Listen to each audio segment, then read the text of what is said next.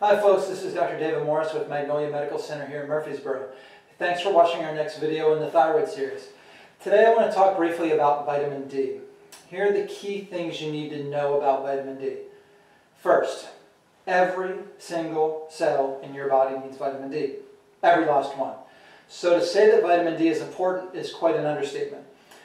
Vitamin D is made from cholesterol, so stress, poor diet, other hormones, and even statin drugs will affect your vitamin D levels. Secondly, vitamin D significantly impacts your immune system. This is especially important for patients with Hashimoto's. And since 90% of hypothyroidism cases are due to Hashimoto's, this makes proper vitamin D levels essential to the management of Hashimoto's and all other autoimmune disorders, of which Hashimoto's is an autoimmune issue. Third, there are different types of vitamin D, and you need to know the difference. Vitamin D2 is the one that your doctor has prescribed or if he or she has found your levels to be low on their labs. It is also the vitamin D form that is used to fortify foods such as milk. Medical doctors usually recommend a prescription of, say, 50,000 IUs for up to 8 weeks to get levels of vitamin D back up. And this can work at getting your blood levels of vitamin D up, but vitamin D2 is not absorbed well by the body, and it is a synthetic form of vitamin D typically made by radiating a type of mold. That sounds lovely, doesn't it? So vitamin D2 is converted 500 times slower than the preferred form of vitamin D supplement, which is emulsified vitamin D3. If your levels are functionally low, and I'll talk about what that means here in a second, then what you want is emulsified vitamin D3. Okay, let's get into the proper amount of vitamin D to take. Now, this can vary widely because everybody's different, but vitamin D is normally synthesized in our body from exposure to sunlight and from proper usage of cholesterol.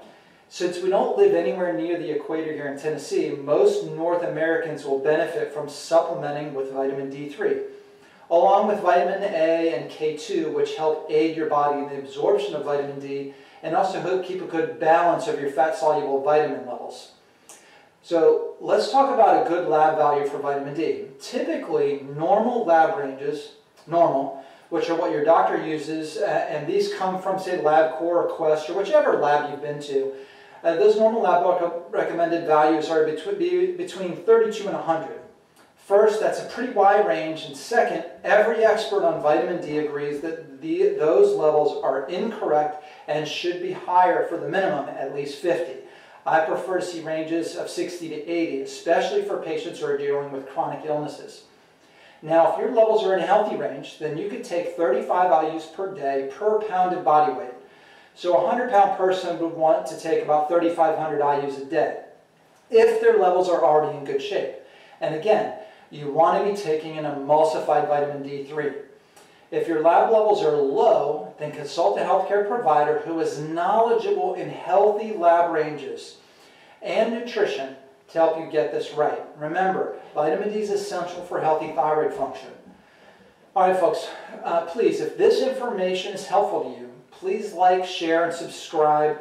Hit the button subscribe below. Our goal here is to help people get correct data about their health so we can help improve the lives of those around us. You can help by liking and sharing and subscribing.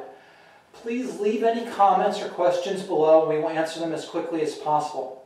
Lastly, if you or a loved one suffers from a chronic health issue, please call our office and request an appointment. We're here to help. There are solutions and we can make a difference. Again, I'm Dr. David Morris with Magnolia Medical Center. Thank you for watching and please stay on the road to good health.